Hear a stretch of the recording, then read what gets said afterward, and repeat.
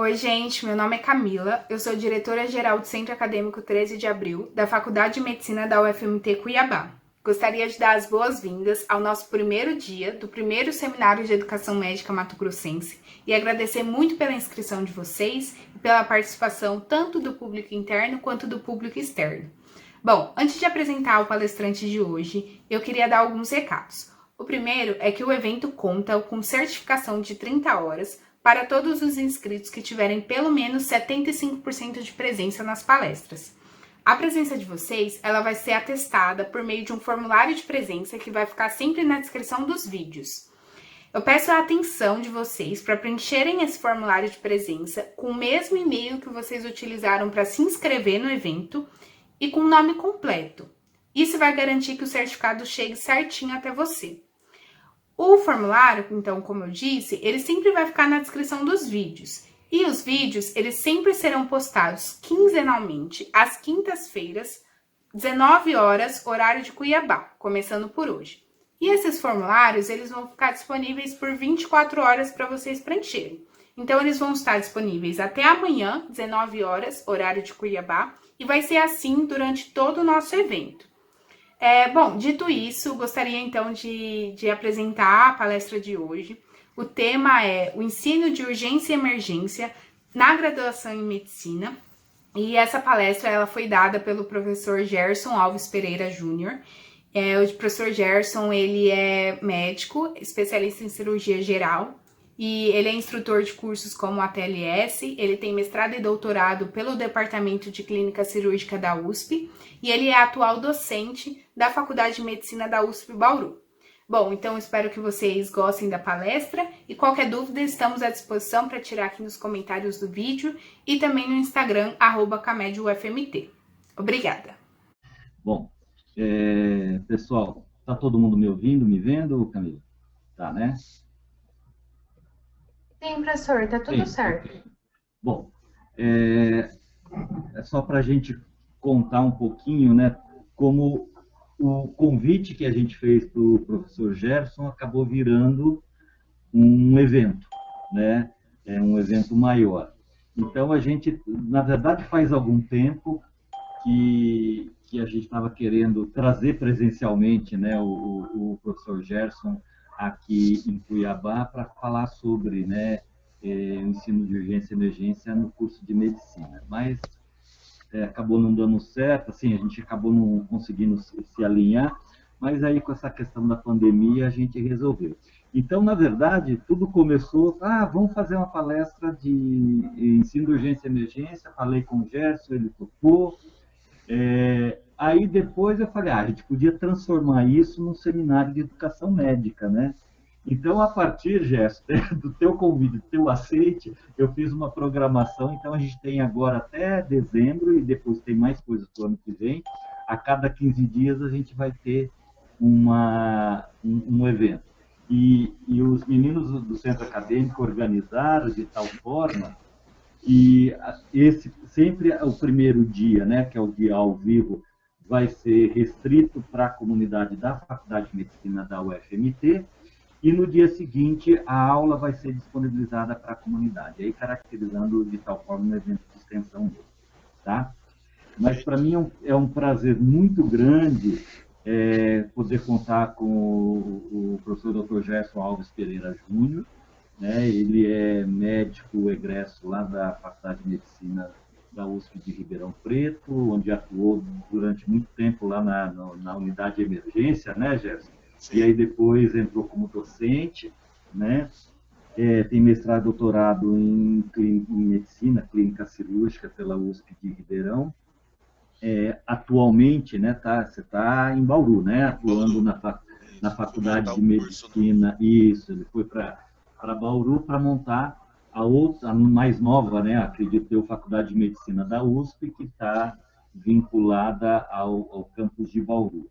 Então, além disso que eu falei, ele é membro da Comissão de Acompanhamento e Monitoramento de Escolas Médicas, da CAMEM, instrutor do curso DSTS, né, Definitive Surgical Trauma Care, e instrutor do famoso ATLS, que todo mundo bem conhece.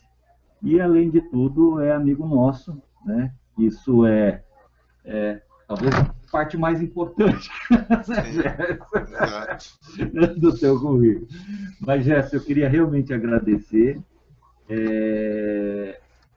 pedir desculpas que a professora Bianca não pode estar presente, que o pai dela está internado. Né? Exatamente, mas só ela que queria estar fazendo a abertura aqui, Sim. Mas eu estou fazendo no lugar dela, como eu fiz o convite a você, fiz questão de fazer essa abertura, tá bom? Perfeito. Então, agradeço a presença e passo a palavra a você. Tá, joia. Então, eu queria primeiramente agradecer aí ao Francis e à Bianca. Eu já tinha conversado com eles há muito tempo da gente fazer alguma coisa relacionada à medicina de emergência e simulação aí em Cuiabá, né? E eu queria mostrar como é que eu fiz, porque eu estou com um projeto novo, né, de continuidade do programa de urgência e emergência da ABEM, né? E eu fiz mais ou menos um pouco do que a gente quer fazer com os novos cursos. Então, eu entrei em contato aí com a turma de professores, então tá aí o Bernardo, o Gunter, né, o Luiz Fernando, a Denise e o William. Eu conversei com eles bastante ontem, que eu queria conhecer a estrutura do curso, né? Porque senão você fica dando uma aula que fica por isso mesmo. Então conversei bastante com eles ontem, entendi como é que é a programação ao longo dos 6 anos e depois recebi um e-mail da Luísa, do Centro Acadêmico, e mandei para ela um questionário que a gente encaminha para as escolas médicas para caracterizar exatamente o curso nos 6 anos. E a Luísa entrou em contato com a turma do internato, principalmente com a Larissa Paulino, né, que me mandou até um texto sobre a organização de urgência e emergência. Eu queria agradecer muito os professores e alunos aí, porque assim eu consigo ter uma visão do todo. E o Francis já me apresentou, então nós temos um programa de urgência e emergência na ABEM, né, que ele já vem funcionando desde o começo dos anos 2012, né, 2010, 2012, quando a gente fez as recomendações da ABEM para o ensino de emergência.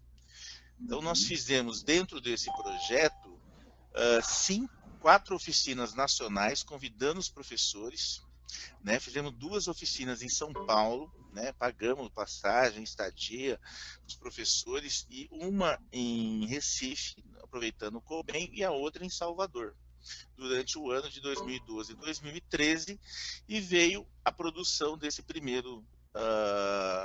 dessas primeiras orientações, né? Eu estava junto com o Gustavo Fraga, que é da Unicamp, e o Carlos Edmundo, que é da Estadual do Maringá, e a gente definiu, conversando com esses professores nessas 4 oficinas, que o correto seria, como princípio norteadores, a gente ter um eixo longitudinal ao longo da matriz curricular, né, com programação conjunta de conteúdos, momento de inserção da matriz, formas de avaliação, e uma pactuação das atividades teóricas e práticas, né, de complexidade crescente nas diversas especialidades médicas. Isso é da 2013, nós não tínhamos ainda a medicina de emergência reconhecida como uma especialidade médica, que só veio acontecer em agosto de 2016. Então, esses eram os princípios gerais, tá? E isso envolve, para a gente dar certo, uma mudança do currículo tradicional, né, que o currículo tradicional é feito por uma série de professores dito que com experiência, né, que definem o currículo inteiro, né, sem olhar, né, as competências necessárias para o egresso que vai sair no sistema de saúde, ou quais as necessidades de competências para o sistema de saúde. Então, na verdade, né, a gente precisaria mudar os nossos currículos, olhando essas necessidades, definindo as competências necessárias, e aí saber onde nós vamos distribuir essas competências ao longo dos 6 anos. Então, essa é uma... E depois a gente define como avalia. Então, essa já é uma dificuldade grande, e eu vou apresentar para vocês o que nós estamos fazendo lá em Bauru, para vocês verem como é que a gente começa um curso do zero, ou na Camen, alguns cursos também, principalmente Imperatriz, Pinheiro, no Maranhão, Uruguaiana, né, que eu consegui ajudar um pouco nesses cursos. Então, veja, é muito importante, e hoje o conceito de competências evoluiu para a gente fazer uma avaliação prática, para a gente saber se o aprendiz, o estudante ou o residente, ele é confiável para fazer aquela tarefa. Então, hoje nós estamos para um conceito de atividades profissionais confiáveis.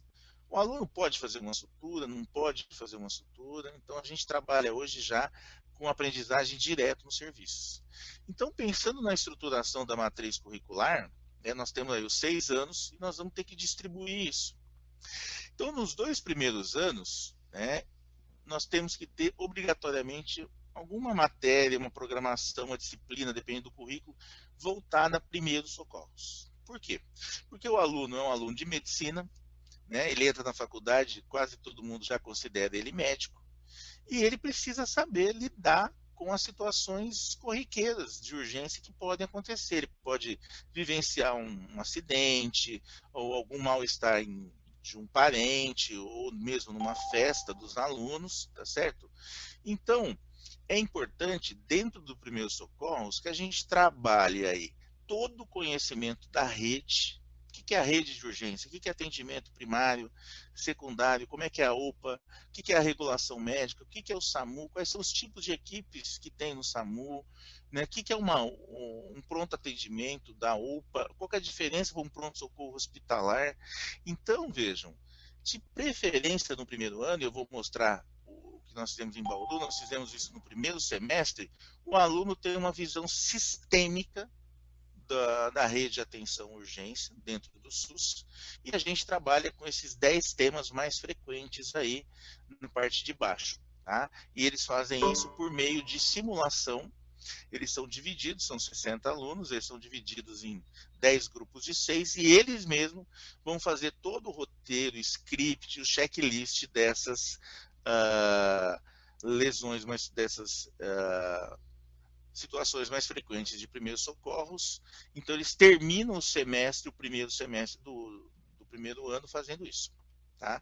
Então, dentro dessa programação, são esses os objetivos que a gente quer passar para eles. Então, é uma programação que os alunos gostam, porque é muito prática, eles estão vindo na faculdade, a gente coloca muita simulação. Trabalhamos com o conceito de sala de aula invertida, porque a gente aproveita o momento presencial deles na faculdade para ser prático, eminentemente, e a gente grava os conteúdos, eles assistem em casa e chegam só para tirar dúvidas. E aí nós montamos um laboratório de simulação, que a gente chama de Núcleo de Educação e Capacitação em Saúde, e eles vêm, essas são fotos das aulas que nós damos. A gente fez um convênio, esse pessoal aqui é uma enfermeira, um médico e um enfermeiro do SAMU, então a gente já faz uma aproximação, eles usam esse espaço como contrapartida para treinamento deles também. Então vocês estão vendo aí, essa é uma situação, por exemplo, de simulação dos alunos do manejo do sangramento externo. Eles trabalham com mulagem, com maquiagem e tudo, Então, a gente trabalha isso tanto em ambiente interno, vocês estão vendo aí os alunos com a roupa do SAMU, numa situação, quanto a gente trabalha também em ambientes externos, Então, a estricação no veículo, aqui do lado de fora, no estacionamento, como é que faz, Então, os alunos já, de uma vez, aprendem primeiros socorros, já aprendem a trabalhar com simulação. E aí, dentro dessa atividade do primeiros socorros, a gente, como conhece o bombeiro, vai visitar, vocês vão ver as fotos, a gente convida o bombeiro para fazer uma demonstração prática de um atendimento em cena de um carro batido. A gente compra isso, 250, 300 reais o carro batido, traz lá o guincho, e eles fazem toda a demonstração, vocês estão vendo aqui, tiram as vítimas direitinho, depois eles fazem todo o calçamento, o corte das ferragens, vocês estão vendo aí, ver como é que é o melhor jeito de tirar as vítimas. Então, é uma parceria legal, que a gente vai ter para o resto do curso entre o SAMU e o bombeiro, muitas vezes a gente consegue aproximá-los, fazer treinamentos conjuntos. Então a gente fecha o primeiro semestre dessa forma e, como eu disse para vocês, a gente quer que eles entendam o que é o SUS, né? E como é que é a rede de atenção à urgência dentro do SUS. Então a gente trabalha dentro desses conceitos e eles vão fazendo as visitas, né, dentro da rede, né, conhecendo todas as fases, né, do atendimento. Então eles vão aos hospitais que atendem urgência, a gente já vê a política nacional com o modelo brasileiro, que é o modelo do SAMU, diferencia do modelo americano, que é de paramédico, né? Então, isso a gente discute tudo o fluxo de atendimento 192, né? Eles vão lá, veio o regulador atender o caso, né? Então, nesse primeiro momento, eles entendem o que é comunidade, que a gente pode agir com eles em casa, prevenindo doenças, promovendo saúde, entende o que é agentes comunitários e a estratégia de saúde da família, porque eles estão lá num outro ambiente de ensino chamado Atenção Integral à Saúde, que eles estão indo 4 horas por semana, dentro das UBSs, né, que a gente dos nossos territórios, junto com as agentes comunitárias, então ele conhece a atenção primária, ele sabe que regionalmente, dentro do município, nós temos as UPAs 24 horas para atender nos horários que não estão abertos as unidades básicas, onde tem acolhimento para situação de risco. Se precisar, vai para a regulação médica, né, que atende também o domicílio, né, ou a via pública, 192, que a gente chama de regulação primária, ou o paciente que já está na unidade de saúde, que a gente chama de regulação secundária.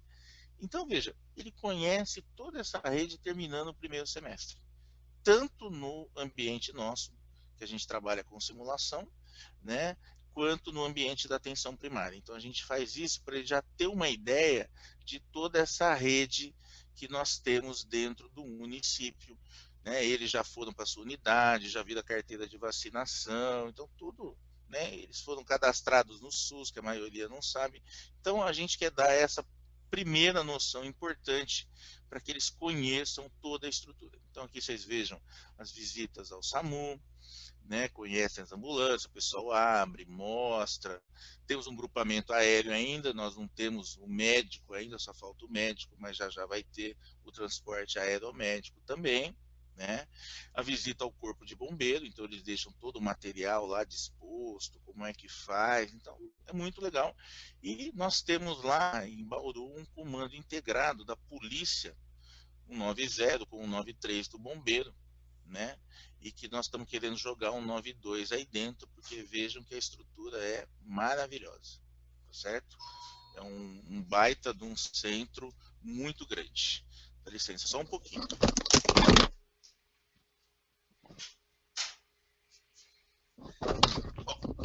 Aí, né, continuando aqui, no segundo semestre, o currículo é modular, nós temos 3 módulos de 6 semanas, então vejam, dando 18 semanas no semestre, e a gente está mostrando aqui as programações que a gente tem, eles trabalham com homeostase, sinais vitais, conhecem o atendimento, toda a parte semiológica dos aparelhos circulatório, cardíaco, respiratório, digestório, né? E a gente termina o semestre com uma nova programação dentro da simulação de suporte básico de vida, e a gente mostra o atendimento pré-hospitalar do infarto e AVC e o trauma mais grave, né? Para eles entenderem que essas patologias são as 3 patologias que mais matam, né, os acidentes cardiovasculares e encefálicos e também o trauma,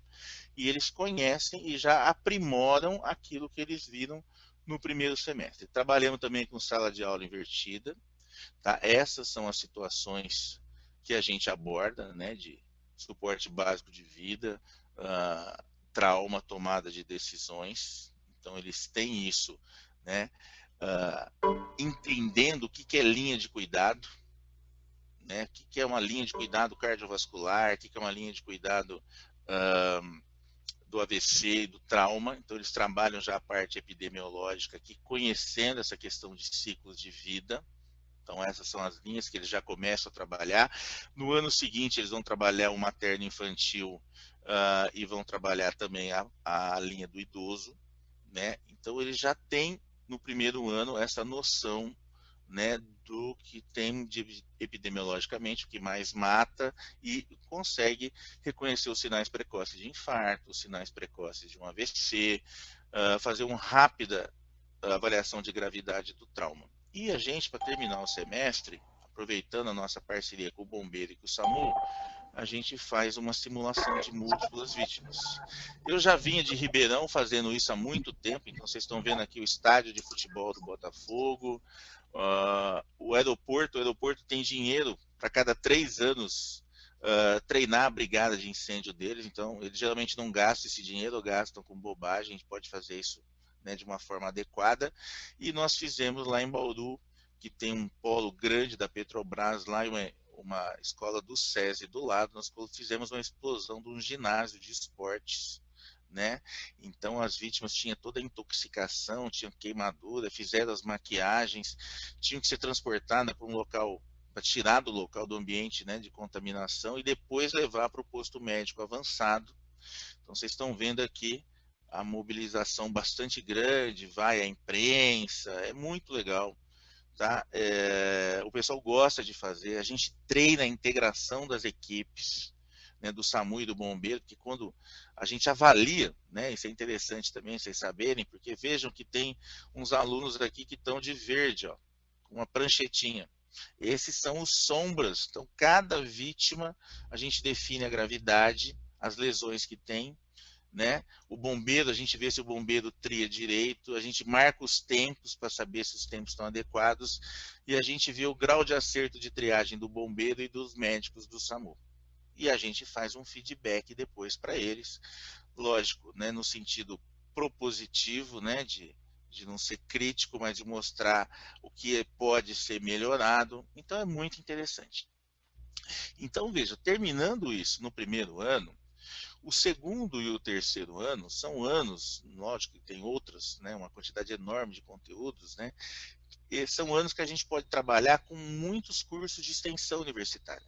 Os alunos podem se organizar para fazer prevenção de acidentes no ciclo de vida, uso de álcool, né? Tem vários programas de uso de álcool, de você ter o bafômetro e sair à noite com o bafômetro para ver quem que é o motorista da rodada nos bares, né? Agudização de doenças crônicas, aulas de suporte de base de vida para as escolas que nós estamos nos territórios de saúde, para os funcionários do território de saúde, servidores públicos.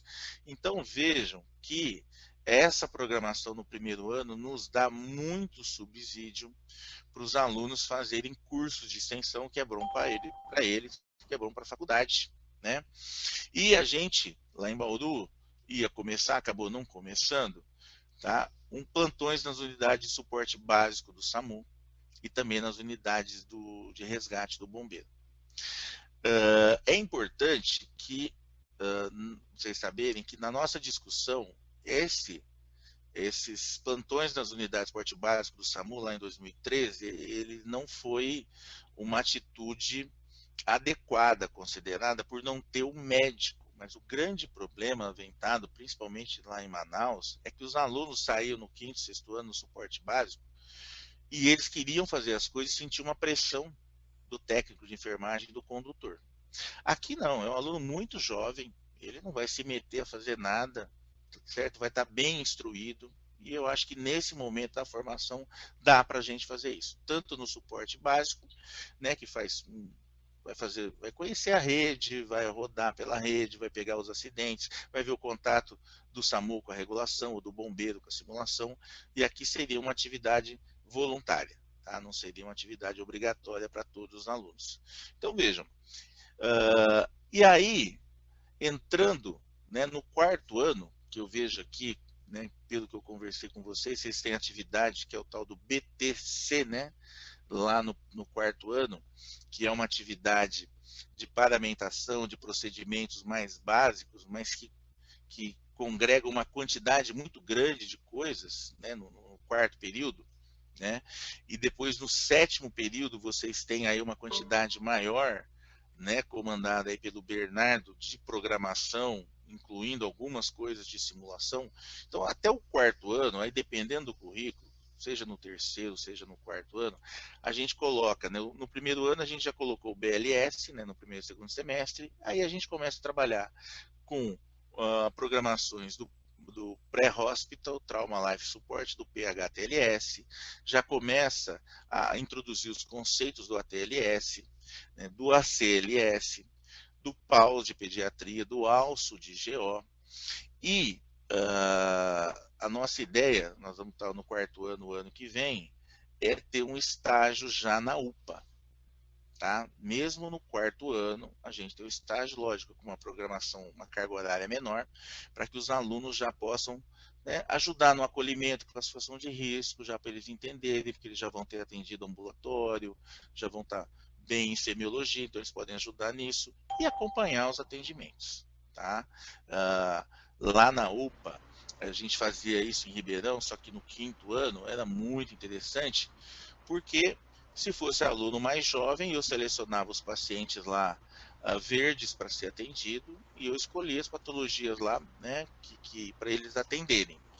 Se forem alunos mais graduados, né, que vão atender mais, isso às vezes acontecia lá em Ribeirão, eu pegava quinto anista no segundo semestre, por exemplo, a enfermeira me dava 6 salas, uma para cada aluno. Então, em 4 horas, cada um atendia 6 pacientes. Então, 6 vezes 6, 36. E tínhamos eu para discutir um R2 da medicina de emergência. Então, a gente rodava muito a UPA, né? Naquela fase lá, era muito interessante. A gente via muito caso. Né? Eles viam que a resolutividade é alta, que a gente encaminhava pouco, pedia pouco exame. Então, isso era muito legal. Tá? Então é um momento interessante para isso. E interessante também para a gente ver as portarias, os marcos legais da Política Nacional de Urgência, né, o estágio prático no SAMU, que os alunos gostam de sair no suporte avançado, na ambulância, né, mas que também ter a vivência da regulação médica, dele sentar com o regulador, entender a rede, ver os chamados. Então isso tudo é muito importante como uma vivência inicial dos alunos já antes de entrar para o internato. Porque a ideia é que o aluno entre para o internato já com uma bagagem muito grande, né, de procedimentos que ele tenha feito simulado, de algumas vivências clínicas, como eu estou passando aqui para vocês, para que lá no internato ele possa acelerar isso. Então, na regulação médica, por exemplo, que é um local hoje fundamental, né, é o cérebro do sistema, ele consiga ter a dimensão gestora, a dimensão técnica, né, de como é que você identifica os casos, como é que você prioriza, quais os hospitais que você tem na cidade, para onde você vai mandar, onde tem GO, onde tem ortopedia, né, que recursos diagnósticos e terapêuticos tem cada um, porque ele vai trabalhar isso depois que ele tiver formado. E aí no internato, né, como a gente não tem departamentos de emergência, a medicina de emergência ainda é muito incipiente, né, começou em 2016, idealmente a comissão de internato tem que reunir todo mundo, né, GO, pediatria, clínica médica, ortopedia, neurologia, né, e fazer uma programação, e aí vai vir daqui a pouco, vou mostrar a DCN de 2014, a Diretriz Curricular Nacional de Medicina, que nós precisamos ter uma carga horária aí de pelo menos 10 a 15%, né, ou 30% junto com a atenção primária somente no internato. E lembrando que o internato ele tem 35% da carga horária de todo o curso. Então vejo que dá uma carga horária muito grande.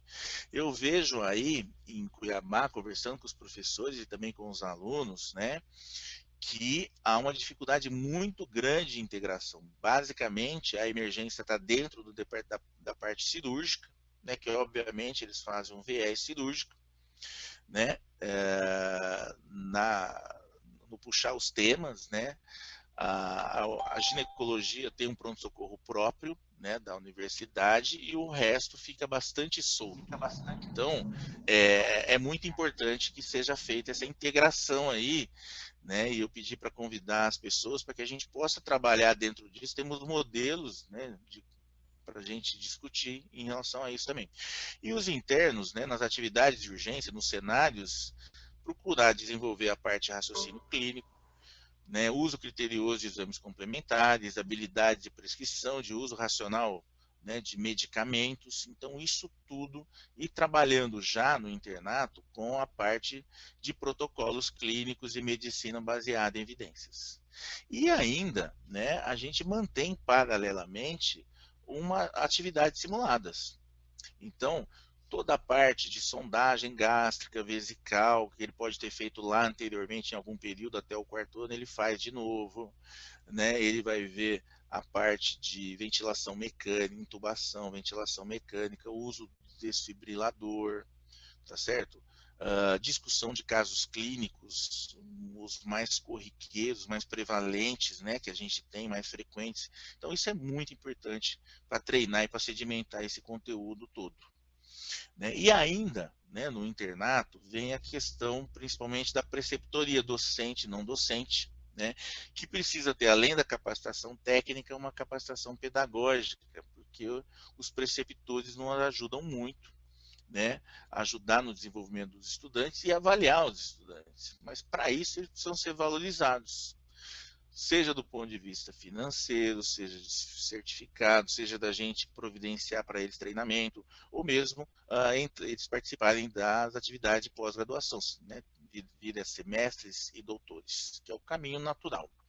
Então, nós salientamos também a questão da UPA, né, como eu já afirmei, a UPA, principalmente no quinto ano, né, é um estágio no quarto ano e também, às vezes, continuando no quinto, é um estágio muito importante, tá? Porque é uma demanda não regulada, o aluno vai lá ver de tudo, conversa com a regulação, e o estágio depois no pronto-socorro hospitalar, né, que é uma parceria importante. E esse estágio, quando é no pronto-socorro, a gente junta, né, rodiziando pelo número de alunos, enfermarias, centro cirúrgico, UTI. Então, uma coisa interessante que a gente acaba errando muito é colocar esses estágios pesados de pronto-socorro no sexto ano. Tá? Preferencialmente, ele deve ser feito no quinto ano, porque se você pegar esse estágio do pronto-socorro no final do ano do sexto ano, que geralmente termina em outubro por causa das provas de residências, você mal vai passar no pronto-socorro, né? E lembrar que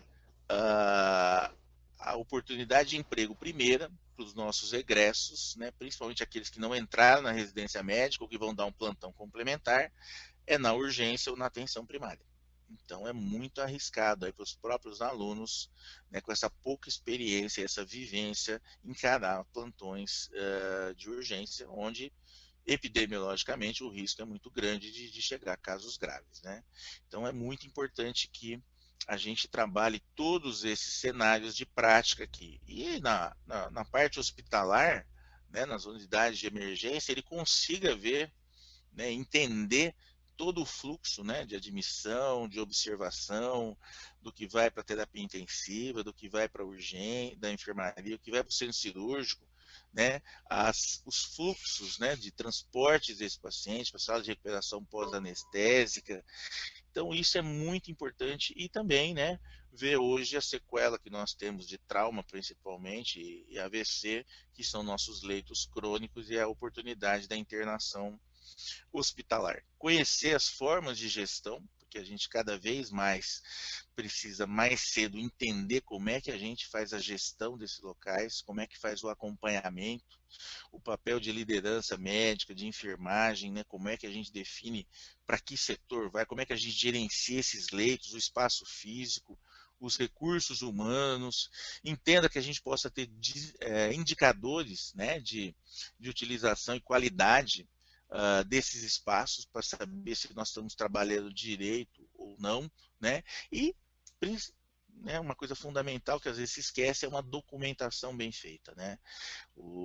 Nossa defesa em qualquer queixa que possa haver aí de conduta, nossa defesa é o nosso prontuário, né? E a gente vê que muitas vezes quando precisa ir atrás desses prontuários, a gente vê que muito ficou nos papeizinhos que o aluno escreveu, o residente, e que jogou fora depois da visita e não anotou nada nos nossos prontuários, né? Em 2014, né, em 2013, quando a gente publicou esse aqui, tinha a questão do COAPS, né, a medicina de emergência ainda não era uma especialidade, tinha discussão ainda da carreira de Estado do SUS, que é uma coisa importante, né? Aí nós fomos impactados pela nova diretriz curricular, que definiu as 3 áreas de competência, né, o cuidado, a gestão e educação e saúde. Isso que está em vermelho é o que veio novo em relação a 2001. Então, a gente ser orientado às necessidades sociais, o uso de metodologias ativas, trouxe uma nova agenda, porque para isso a gente tem que ter um contrato com o município e as outras instituições de ensino. A Larissa disse aqui que muitos dos campos de estágio são pegos por cursos privados. Veja, a prioridade é sempre para o público. Se tiver um COAPS, você vai cobrar isso aí, entendeu? Não tem jeito. Tá? Tem que ser feito isso de forma parcimoniosa e bem dividido, mas a prioridade é da universidade pública. Entra a formação de preceptores, o desenvolvimento docente, né? Então, todas essas questões novas, nós atualizamos o artigo lá de 2013, né? Agora, com as diretrizes, também teve o Mais Médicos. Eu mandei isso para os professores, mandei para o Gunter, para o William e também para a Luísa, e eu vou, né, e vocês, por favor, passem isso para os demais colegas, né? Depois disso, em 2016, foi autorizada a especialidade médica de número 54 no Brasil, que foi a medicina de emergência. E em 2017, o Conselho Nacional de Educação, né, vendo o movimento dos cursos da saúde, outros que não a medicina, que queriam também ter novas diretrizes, eles fizeram uma reunião nacional definindo quais são os princípios gerais que devem fazer parte de todas as DCNs, de todos os cursos da saúde. São esses 12 princípios aí. Então, esses pareceres têm técnicos, têm resoluções, eles são muito bem escritos, é um roteiro muito legal para os gestores, o William que está entrando na coordenação, ter um conhecimento holístico dessa questão, e aí nós aproveitamos esse documento e colocamos a urgência e emergência em vários momentos, né? Porque ela precisa ser uma área comum, não é só da medicina, ela tem também da enfermagem, que é a primeira opção de trabalho também para o enfermeiro recém-formado, para o fisioterapeuta, para o farmacêutico, então é muito importante. E agora, nós estamos na fase da educação interprofissional, tentando formar junto para trabalhar junto, né, de forma melhor, porque quando a gente vai para as profissões e nossos conselhos regionais de especialidades, né, de profissionais, geralmente é uma briga entre médico e enfermeiro, ninguém se entende. Então, a ideia é que a gente tenha aí um jeito de formar melhor junto, conhecer o trabalho do outro, ter uma prática interprofissional e colaborativa. Então, essa é uma questão muito importante. Nós aprovamos lá os projetos PETs, com uma quantidade bastante grande de bolsas, com intervenções acadêmicas, assistenciais, de pesquisa e intenção. Fizemos lá um evento de inauguração do PET Nacional, com esse workshop da universidade, o poder público, porque nós precisamos envolver, né? Porque a gente, nos locais de estágio, os alunos viram na atenção primária que há uma fragmentação entre as ações de educação, saúde e assistência social. Elas são bem fragmentadas, isso é a regra nacional. Então, a ideia é a gente fazer esses processos, né, de forma integrada, e aí entra a questão da responsabilidade social da nossa universidade. Né? Nós conseguimos intervir junto com os gestores públicos, sendo parceiros dele, ensinando eles, né, a se organizar melhor e fornecendo, né, uma força de trabalho, que obviamente o aluno dos primeiros anos ele mais atrapalha que ajuda muitas vezes, mas os internos e principalmente os residentes ajudam muito na força de trabalho. Então essa interação com o município ela é muito importante. Né?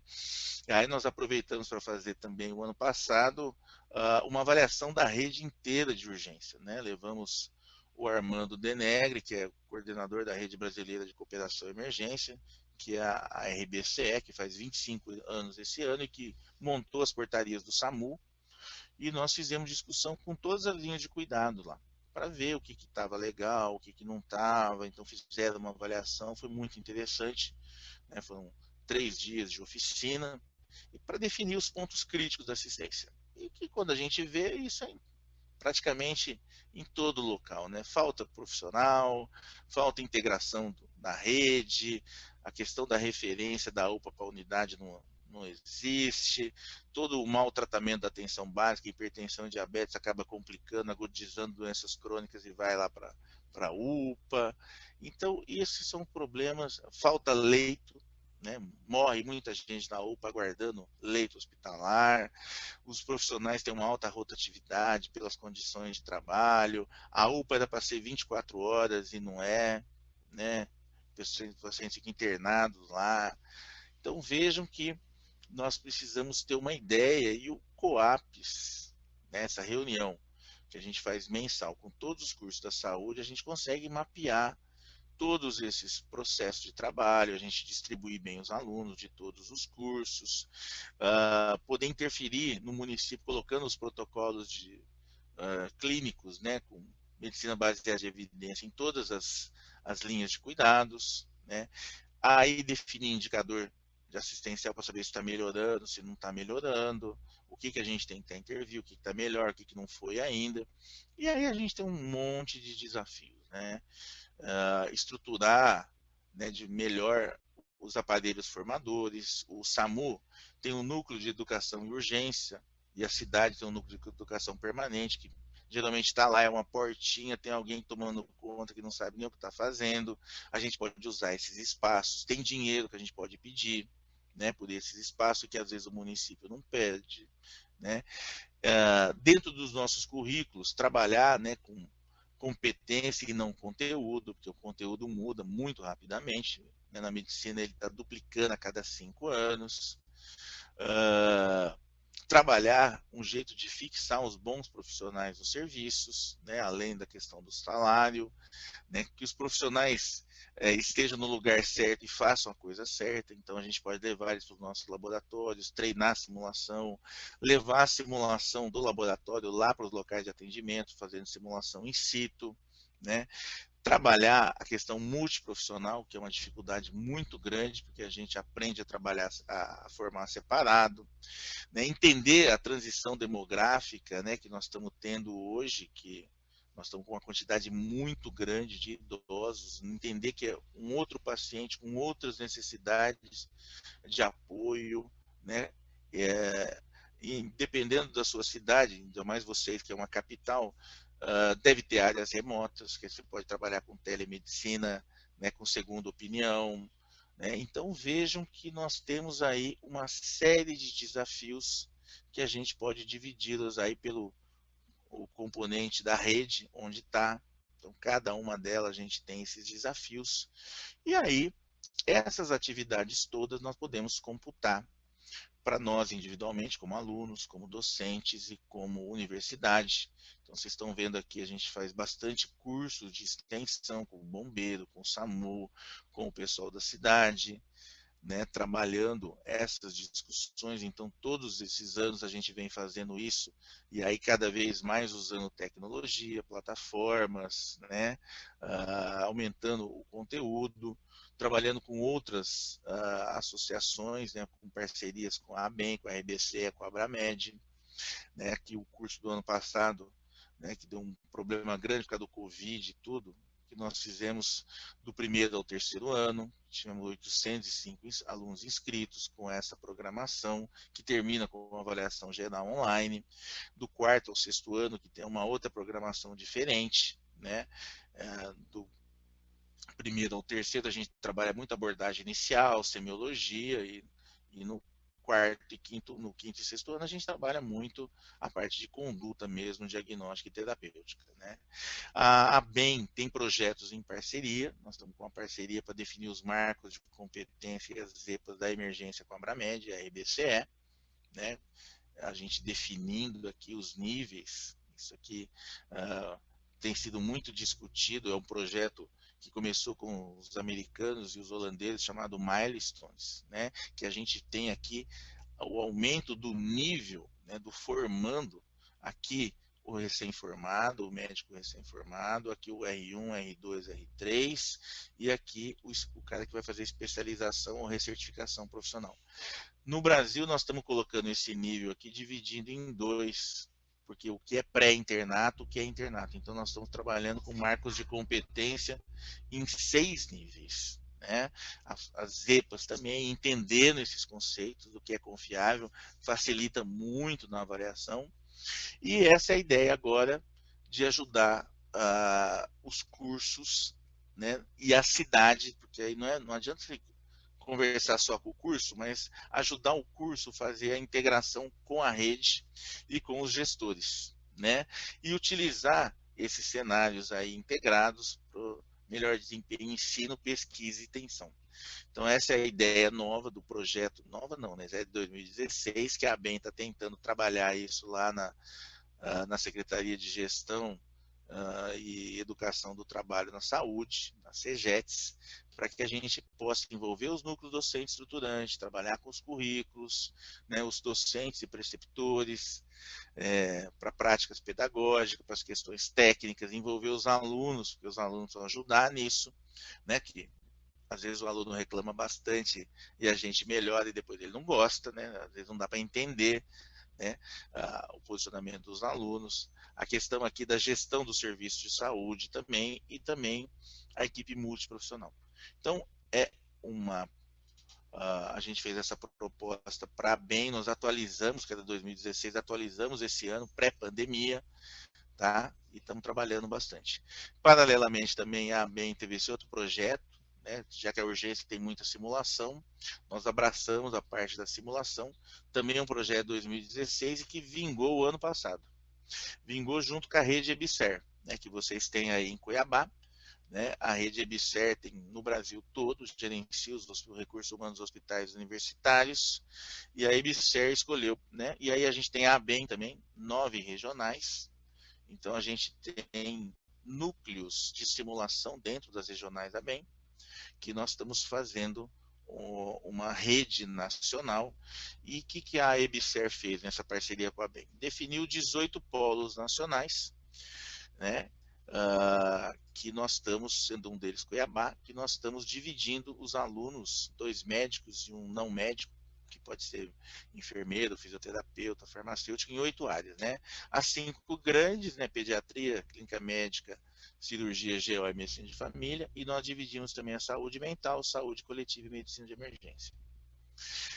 Então, né, 3 vezes 8, 24, mais o gestor, 25. Então, nós temos 25 cursistas por polo, totalizando 430 cursistas, e fizemos, na verdade, estamos fazendo 18 mini-revalidas. Estamos ensinando a rever o currículo, de acordo com as diretrizes curriculares, entender os marcos de competência e EPAs, e fazer as estações simuladas. E agora nós vamos aplicar as estações simuladas na parte presencial. Então, aqui o módulo 1 tem esses temas, né, de ensino usando simulação, tem vídeo, tem material didático escrito, textos. O módulo 2 é usando a simulação para avaliação. E aí o módulo 3 nós dividimos nas 8 áreas, né? Com 3 tutores por área, 2 médicos e um enfermeiro, para fazer toda essa parte de mapeamento de conteúdo, conhecer a rede local, né, os marcos de competência e EPAs, e a construção das estações simuladas, que nós estamos nessa fase agora, terminando agora em fevereiro, agora em setembro, a parte EAD do curso. Aí tem um módulo de gestão do centro de simulação, então o gestor nos mostra um portfólio, o que tem, o que falta, para a gente fazer uma análise de cada centro de gestão, ver onde pode conseguir paciente simulado, onde pode ter bons locais de aplicação de prova, né, já que provavelmente nós vamos usar por revalida. E o módulo 5 vai ser o presencial.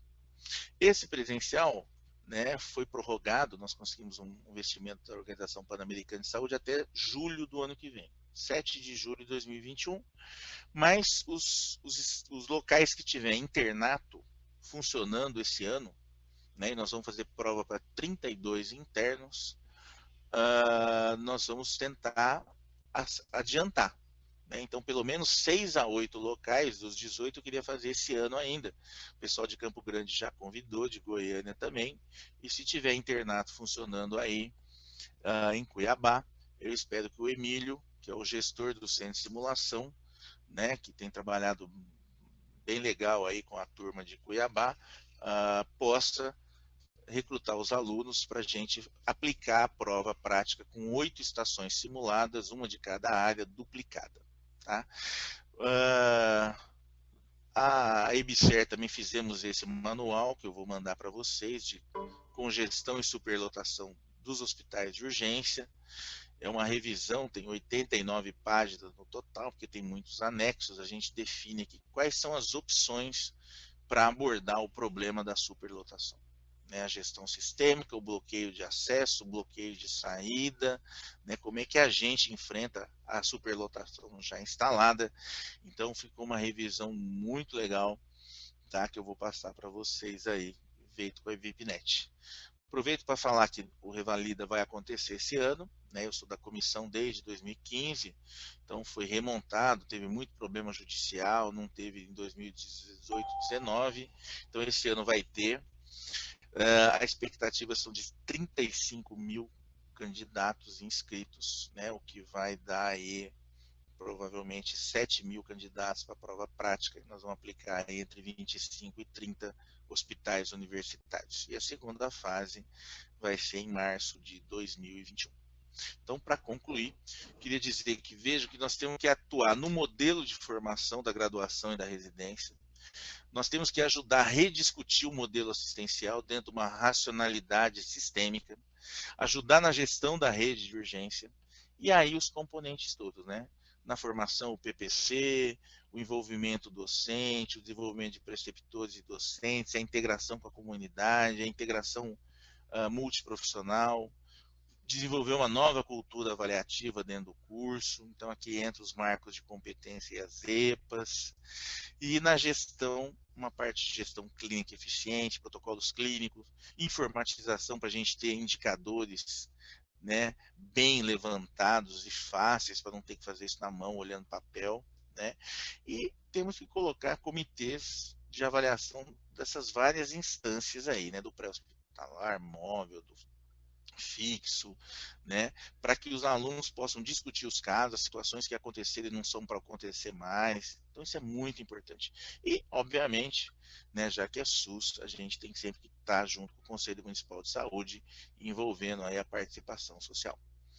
Então, gente, eu queria nessa primeira parte, queria abrir para perguntas e agradecer já novamente o convite que me foi feito aí. Muito obrigado.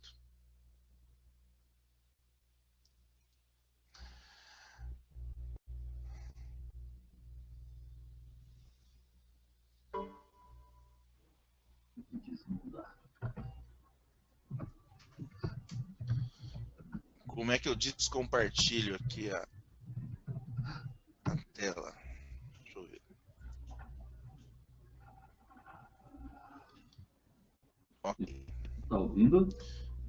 Agora estou ouvindo. Tá ouvindo. Bom, inicialmente queria agradecer a sua fala, Primeiro que já vi você falar algumas vezes em eventos da BEM, Sempre muito empolgante de ver a sua fala e ver que a gente sempre está desesperado porque a gente não consegue chegar a essa excelência aí no ensino da urgência e emergência. Eu acho que eu gostei bastante mesmo da sua apresentação, que você fez um passeio desde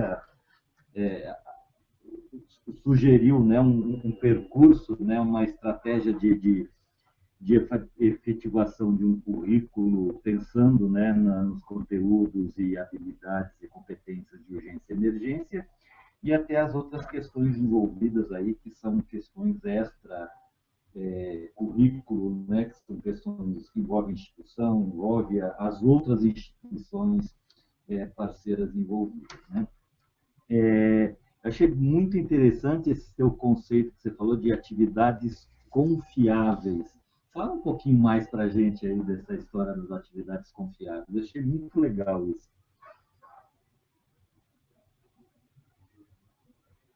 Não estamos ouvindo, Gerson. Perdão.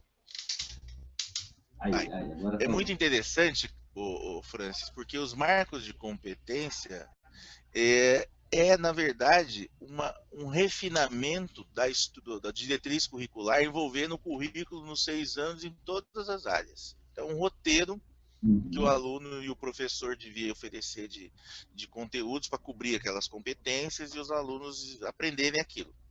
Aí, o que eles descobriram? Que viram o seguinte, você vai dar plantão lá na pediatria, né? Você chega lá no plantão e você vê a equipe de residente, porque eles começaram isso pela residência. Dependendo da equipe, você fala, nossa, hoje eu não durmo. Esses caras são muito fracos, eu vou ter que olhar tudo, vou ter que checar a anamnese, o exame físico, ele vai me contar o caso, eu não vou confiar, eu vou ter que olhar os exames, eu mesmo. Então, Fazer veja, anamnese direito. esse é o nível 1, que é É. aquele aluno, um aprendiz, que precisa de ter uma supervisão o tempo todo presencial. Né? Vai até o nível 5, que é aquele residente que você chega, ele já ajuda os outros residentes, já ajuda os alunos, você fala, nossa, hoje eu vou ver o jogo de futebol tranquilo, vou dormir a noite inteira. Então, isso que a gente fazia, Francis, pejorativamente, né? Porque depois o Uhum. professor, os médicos vão lá no café da manhã e vai falar, puta merda, meu plantão, olha, foi bom ou foi muito ruim. Eles sistematizaram isso, Francis, para Uhum. definir o nível de supervisão que cada residente, a gente extrapolando isso para a graduação, precisa, né, em cada atividade separada, Francis. Porque o cara não é bom em tudo e nem é ruim em tudo. Né? O Exatamente. cara às vezes é ótimo em algumas coisas e de repente ele não sabe entubar ou não sabe fazer uma sutura. Então você sabe que não é em Uhum. tudo que você vai ficar em cima dele, né? Então, as atividades profissionais confiáveis é você observando o cara na prática com o paciente e definindo em cada atividade qual o nível de confiabilidade de 1 a 5, né? O nível 2, você tem que ficar por perto, não pode estar longe. O nível 3, você pode atender telefone, discutir e ser confiável. Então é muito interessante. Depois eu vou te mandar um e-mail, França, eu te mando esse material aí, porque Uhum. já está até traduzido. O pessoal da Legal. Federal do Rio Grande do Sul já traduziu isso para as 13 EPAs essenciais do internato. É muito interessante, porque eles sistematizaram aquilo que ficava de conversa de corredor, né? De café da Uhum. manhã dos cursos. Então, isso ficou muito legal, entendeu? Muito legal. E ficou muito Não, fácil de bacana. entender, porque aluno entende, professor entende, entendeu? E aí cada um procura a sua lacuna.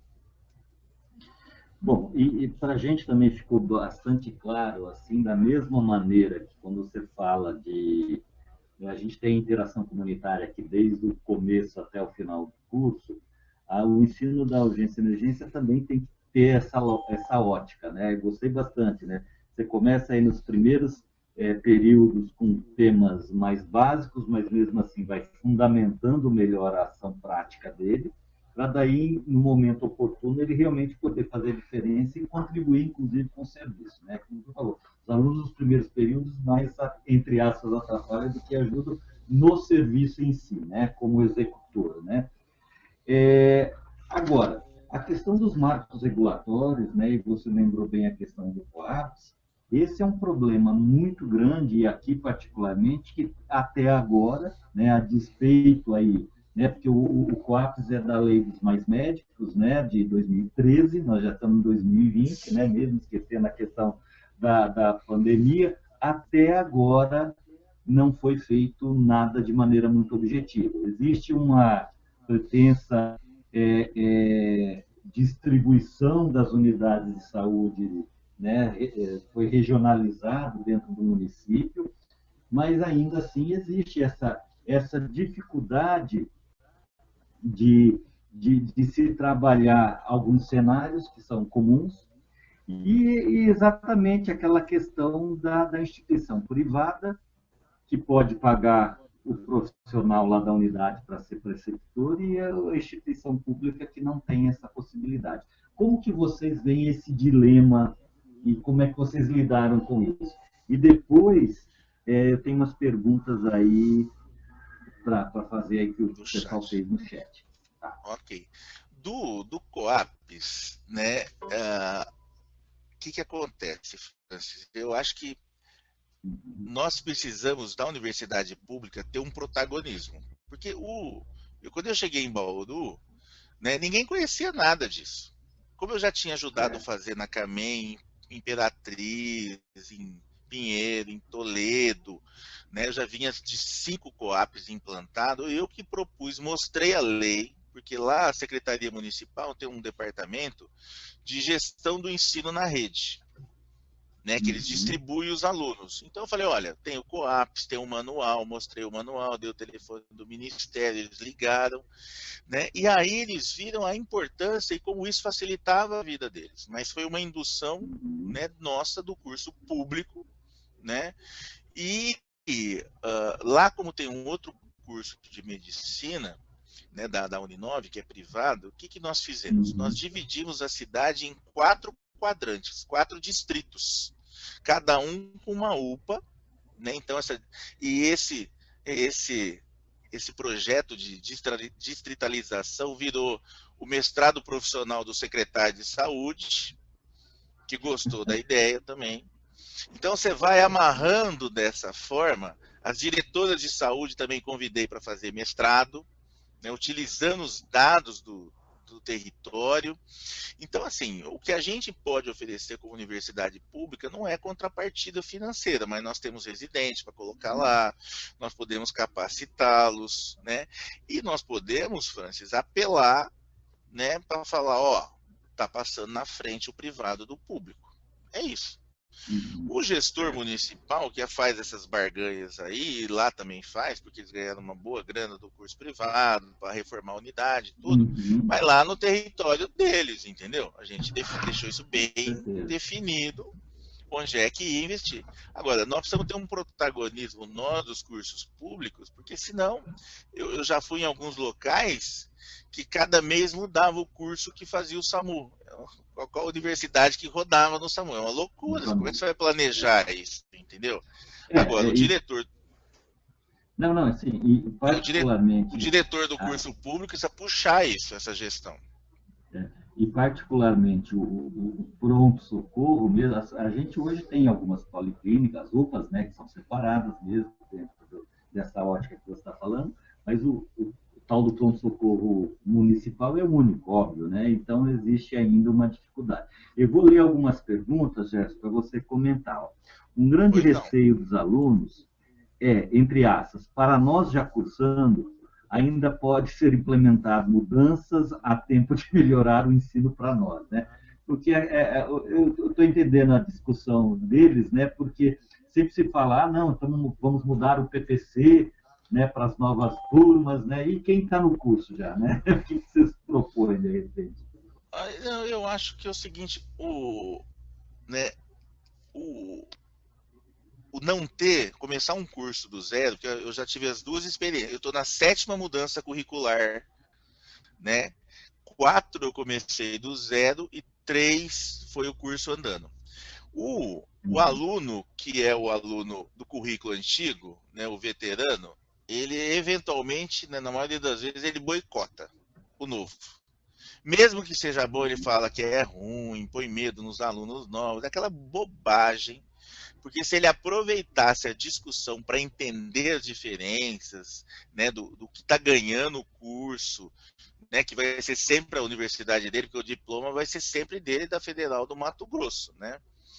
E ele entendeu onde que, eventualmente, ele está com uma lacuna de conhecimento para correr atrás. Então, isso é um ganho, eu acho, quando o aluno sabe ver bem essa discussão. Mas, infelizmente, na grande maioria das vezes, não sabe ver bem, né, essas mudanças. Eu vejo, né, a mudança curricular que eu fiz na Universidade de Ribeirão Preto, na UNAEP, que é um curso privado de Ribeirão, em 2003, induziu a mudança curricular da USP em 2007, lá da minha faculdade de Ribeirão, porque os alunos da UNAERP entravam em tudo quanto é vaga de residência e os de Ribeirão começaram a ficar de fora, entendeu? E aí, né, era engraçado, porque tinha aluno da USP que falava assim, nossa, eu estou no 5º ano aqui e tem uma namorada lá do outro curso privado que está no 3º ano e estamos vendo a mesma coisa. Já faz mais, já faz coisa que eu. Entendeu? Então, assim, o aluno, ele tem que fazer uma pressão positiva e tem que ver que essas mudanças, quando bem organizadas, bem argumentadas, elas são importantes e elas são naturais, né? O curso muda todo ano, não tem jeito. Olha aí agora com a pandemia, né? O que vem de novidade aí, né? Isso aqui mesmo que nós estamos fazendo, se propusesse isso aqui o ano passado, ia ter 2, 3 só assistindo e olha lá, entendeu? Não ia saber conectar, hoje não. Então, assim, a mudança é constante. Né? O currículo está sempre em mudança e o aluno não tem que estressar, eu não vou receber. Participe da discussão, porque ela é muito rica, você vai entender a sua formação, o que está por vir, a necessidade da mudança, isso é bom para todo mundo. E até para mudar para uma situação, entre aspas, ótima, né, ou ideal, existe uma transição, né? Ninguém vai começar um estágio do zero, né? Você vai ter que ir testando e treinando algumas coisas até implementar. Deixa eu continuar. Agora, e outra coisa também, Francis, é o seguinte, como né, isso em 2003 era uma incógnita para o aluno, lá da UNAERP, por exemplo, que metodologia ativa. Hoje nós já temos 15 anos, aí, 17 anos, já tem experiência. Não dá para achar que não vai ser para melhor. Vai ser para melhor. Aqui, ó, outras questões. Ó. Como a Abramed poderia auxiliar na implementação efetiva de urgência e emergência clínico-cirúrgica na UFMT Cuiabá? Olha, a Abramed diretamente ela é uma sociedade da especialidade. Vocês não têm aí, que eu acho uma coisa interessante, a residência em medicina de emergência. Eu ajudei no ano passado o Marcos Brito, que é de Belém, que é um professor da Universidade Estadual do Pará. Ele montou uma residência médica em emergência metropolitana, juntando todos os serviços de Belém. Uma coisa muito interessante, ele me pediu ajuda, eu ajudei ele no projeto, a gente pode mandar esses projetos também aí. Então, eu acho que um primeiro movimento muito legal aí era criar uma massa crítica de professores desses hospitais, porque o residente de emergência, né, você já tem todos os campos de estágio. Olha, Bauru, por exemplo, nós temos 4 UPAs gigantescas. Um pronto-socorro municipal, mas que é desacoplado do Hospital Regional de Urgência, que é uma coisa teratogênica lá que a gente precisa resolver, né? Mas tem questões políticas envolvidas que demoram um pouco mais. Mas eu acho que a medicina de emergência como especialidade, né, envolvendo a Secretaria Municipal de Saúde, o serviço que tem urgência, rodando em todos os hospitais, já seria uma coisa muito interessante. Por quê? Porque os residentes são preceptores naturais, então você já teria gente nos campos de estágio, entendeu? Tiraria aquela rotatividade dos preceptores, né? Você consegue, para orientar esses residentes, vai ter que criar uma rede de preceptores ou de professores universitários que gostam de urgência. Então, a Abramed, ela ajuda nessa estruturação da residência. Para graduação, né, é o que nós estamos fazendo na ABEM, né, que é outra competência aí, tá certo? E a ABEM, eu estou tentando aprovar o projeto. Bem legal nesse sentido, né? Essa de pensar, estimular a melhoria via residência também. Eu concordo, eu acho que quando você estrutura a residência, você acaba estruturando tudo que vem embaixo também, né? Porque uma coisa, né, Francis, nessa relação, cima, né? Sim, nessa relação com o gestor municipal, não adianta, nós somos parceiros, nós não somos silvícola, né? Nós não vamos lá extrair e não deixar nada, entendeu? Muito pelo contrário, nós estamos formando provavelmente os futuros trabalhadores da rede. Né? Então, se a gente integrar bem isso com os serviços, não ficar aquela coisa rival, os caras têm que entender isso. Uma outra questão aqui. Apesar do senhor ter mostrado a implementação na USP Bauru, que o curso começou em 2019, sei se é real essa 2018. informação. 2018. 18, né? 18. Como o senhor conseguiu convencer as instituições para a implementação? Você meio que já falou isso, né? Tendo em vista na nossa instituição, fundada no início dos anos 80, né, 1980, e que não possui uma grade satisfatória de urgência e emergência, principalmente clínica. Mas eu acho que mas dá uma comentada, você já falou um pouco disso. Sim, tudo, mas... eu acho interessante o seguinte, olha, essa argumentação é antiga, mas veja, é o trabalho principal do médico recém-formado, mesmo quem terminou a residência médica, tá? Tem um trabalho da Maria Helena Machado, do perfil dos médicos no Brasil, e agora o Mário Schaeffer tem feito a demografia médica no Brasil todo ano, tem a última de 2018. E a gente vê o seguinte, mesmo que você está na sua especialidade, você pode ver isso, você que é aluno, né, nos plantões de pronto-socorro. Você vê que o cara faz consultório, que ele tem lá, é dermatologista, é anestesista, é cardiologista, mas ele, como vínculo secundário para complementar salário, ainda mais numa fase da vida que tem filho pequeno, que vai crescendo, que vai para a faculdade, você vai ver que esses médicos, eles estão trabalhando na urgência também, e sem uma capacitação adequada na grande maioria das vezes. Então, todos nós, né, 75% dos médicos formados, o principal fonte de trabalho é o SUS.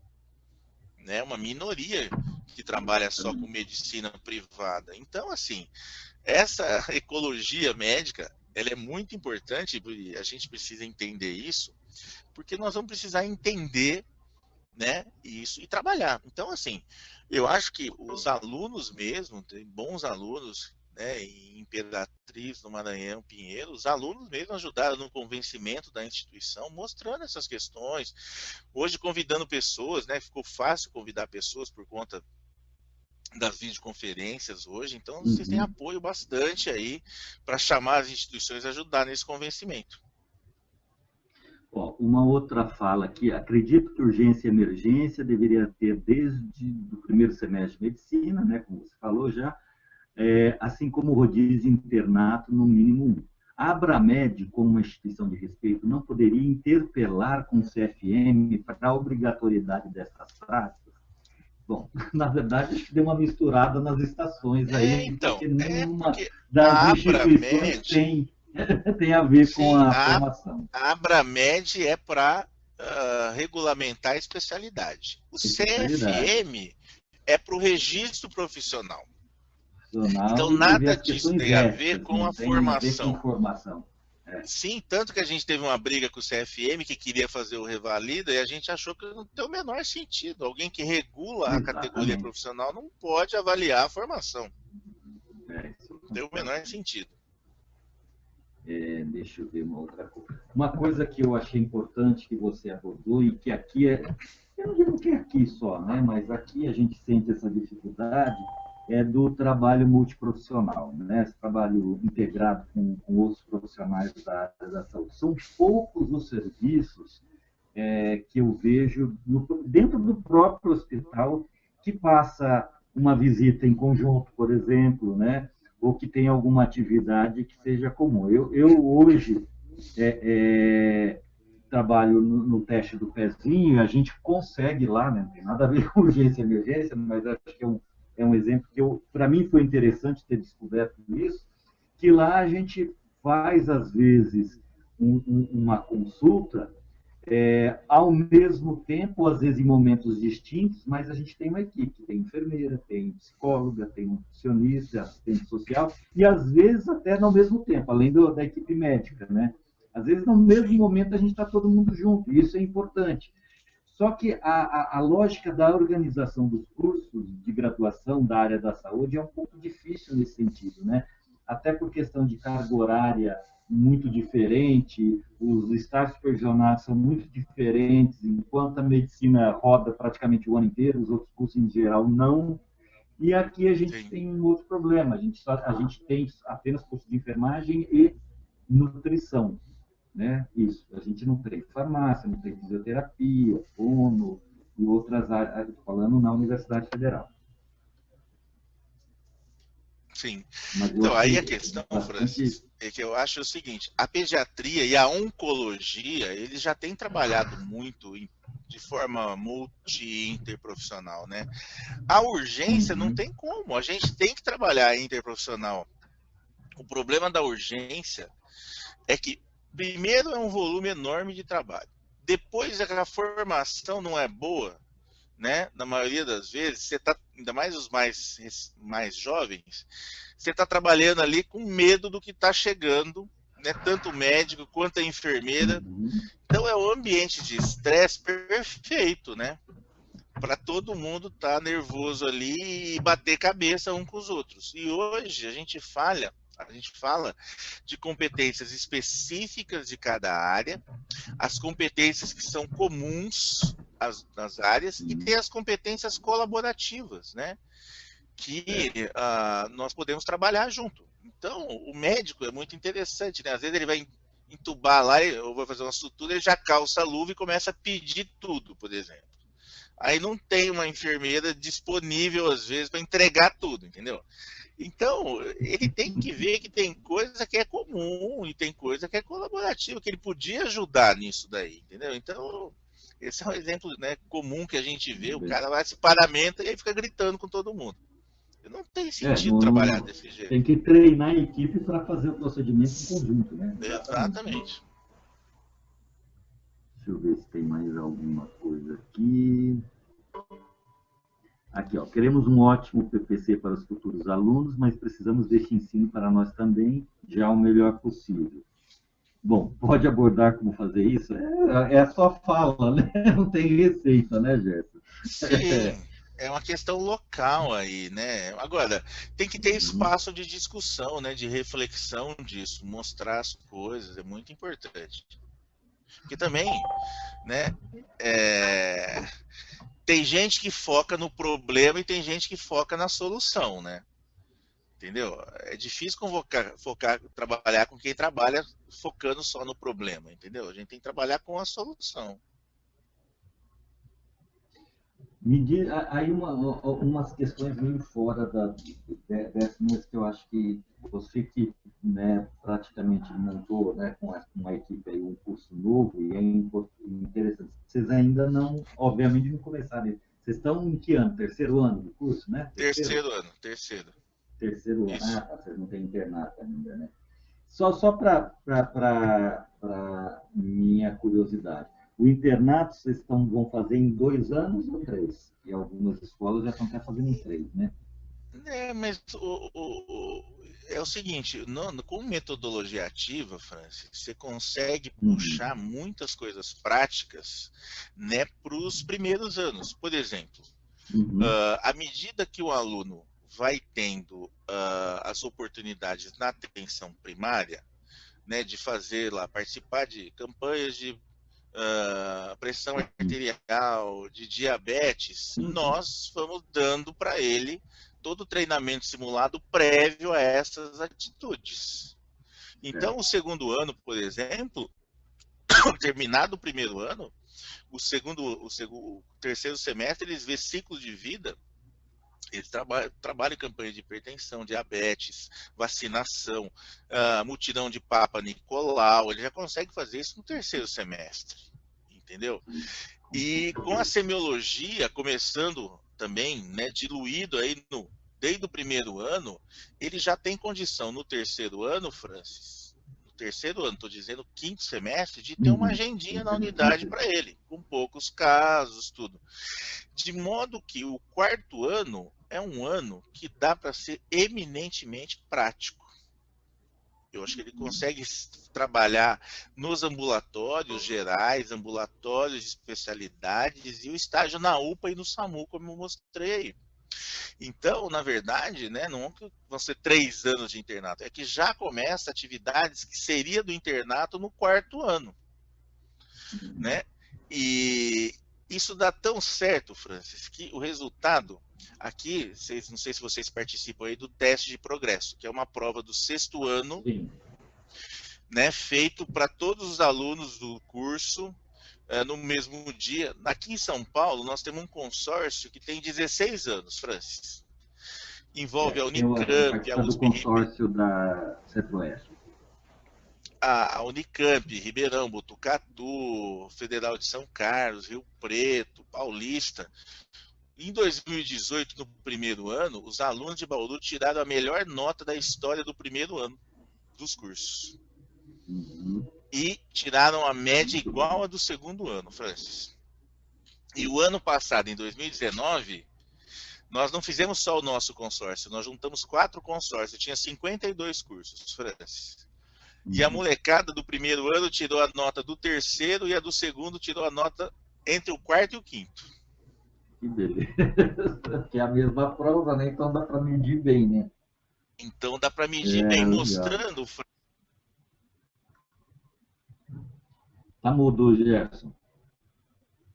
Muitos... Tá mudo. Isso, voltou. É que para muitos professores mais antigos pode parecer maluco o currículo, que não tem disciplina. Para o aluno dá muito certo. Né? Você imagina um segundo-anista terminando, né, já fazendo os atendimentos dele lá com a semiologia avançada, já no quarto período, terceiro e quarto, ele consegue entender as questões e tirar nota entre o quarto e o quinto. Quase chegou no quinto ano. Pô, legal, dá certo. O problema é que dar certo é um problema nesse país, né, Francis? Porque quando dá certo, tem muita gente que não gosta, né? Porque você cria um referencial. Com certeza. Exatamente. Então, você imagina a dor de cabeça. Exatamente. Deixa eu ver. Aqui, ó, Bom, aí fala assim, ó, então podemos implementar isso logo mais, soluções simples, obrigado, doutor. O Bernardo, né, que é colega, professor, sim, gostaria de agradecer ao CAMED, Centro Acadêmico, ao professor Gerson, pela iniciativa, estimulando essa produtiva conversa que estimulará a mudança. Eu não tenho dúvida, né, que esse é um anseio já de algum tempo atrás, né, de tentar fazer, quando o pessoal fala, né, nosso curso é desde a década de 80 do século passado, e não avançou nada, e principalmente formalmente, né, porque não consta formalmente na estrutura nenhum estágio específico, né, de urgência e emergência, como precisa ter, né, no internato agora. Eu acho que essa discussão foi extremamente importante, sim. Gerson, você poderia, então, fazer umas palavras finais aí? Eu novamente agradeço você ter aceito participar, né? Nesse sentido, a pandemia facilitou a sua vinda virtual para cá. As distâncias. Né? As distâncias. A gente está fazendo, nessa sequência de falas, eu chamei gente da Unifesp, chamei gente de Sorocaba, de outros lugares daqui também, que talvez presencialmente não seria tão fácil de organizar, né? Mas isso... Então, Gerson, eu queria agradecer a sua disponibilidade, a sua participação. Tenha certeza que a gente vai pedir ajuda aí para você, tá? E passo a palavra para você, então.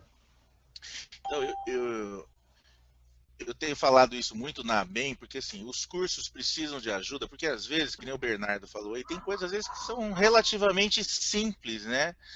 Falta um modelo ser apresentado para a pessoa que está aí e falar, puxa, isso aqui eu consigo fazer na minha prática. Então tem coisas que são possíveis com brevidade, tem coisas que estão mais de alguma aquisição de equipamentos ou de reforma, mas a maior parte da urgência, porque o município não para, né, Francis?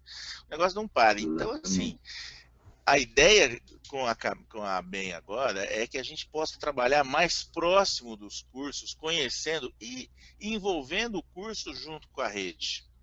Porque não tem jeito se a gente não trabalhar o gestor, e às vezes, né, santo de casa não faz milagre, chegando gente de fora. Né, com um projeto, você chega, você sabe conversar, tem mais a manha com o gestor, eu não sei nem qual é o partido político, nem a opção sexual dele, então para mim não importa, entendeu? Nós vamos trabalhar tudo. Tá nem aí junto. Com isso, né?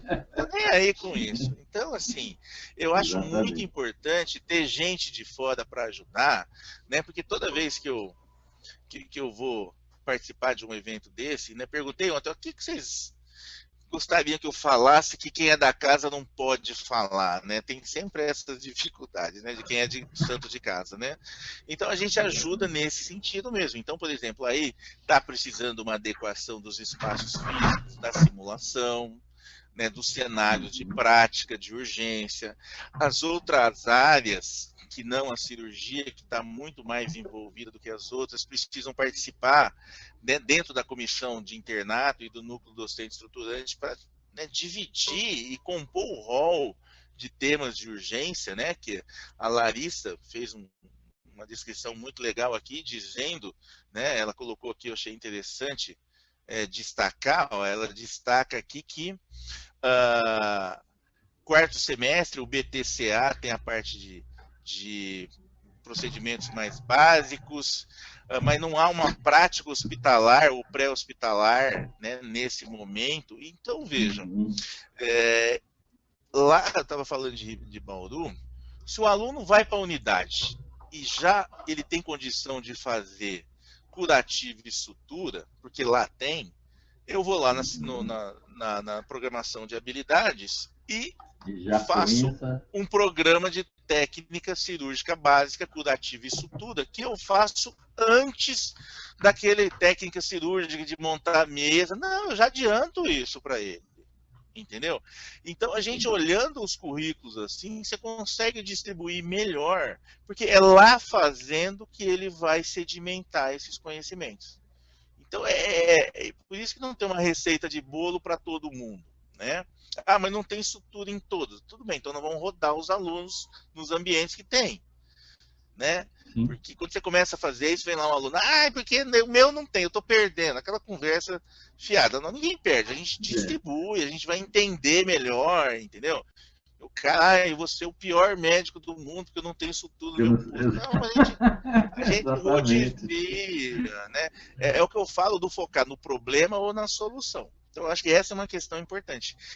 E aí, em Cuiabá, como nós vamos fazer a parte prática, se for possível até esse ano, eu queria, né, o Emílio vai entrar em contato com vocês, e a gente podia ampliar, não só para os cursistas, fazer a parte prática junto com os professores, os alunos, que é muito legal, porque nós vamos fazer uma capacitação numa sexta-feira, chegando aí, dos examinadores, aí a gente monta as estações, né, para o sábado de manhã, são 32 alunos, são 8 estações duplicadas, então são 16 estações, 2 rodadas de alunos, 32, e depois nós vamos para uma sala de aula onde os alunos e os professores, o professor vai montar como é que ele vai contar como é que ele montou a estação, por quê, qual que é do checklist, o aluno vai contar como é que foi a vivência dele fazendo a prova, e todo mundo vai ganhar, né, nesse feedback global aí.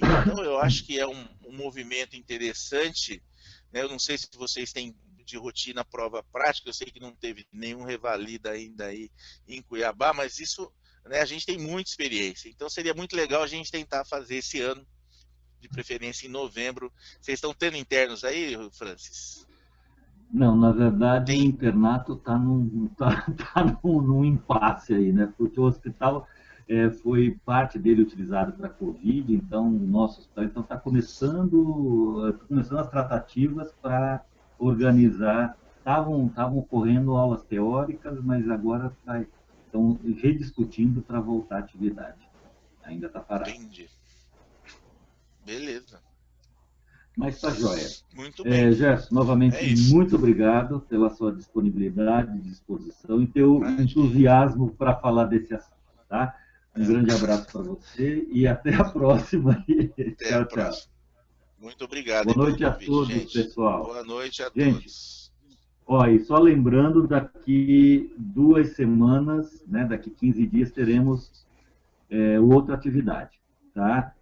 Semelhante a essa. Vou estar devendo, que eu não me lembro agora quem vai falar, mas a gente fez uma programação muito interessante, tá? Espero que todos prestigiem e divulguem mais entre os outros colegas, tá bom? Gerson, boa noite e até a próxima. Boa noite. Tchau, tchau. Até mais.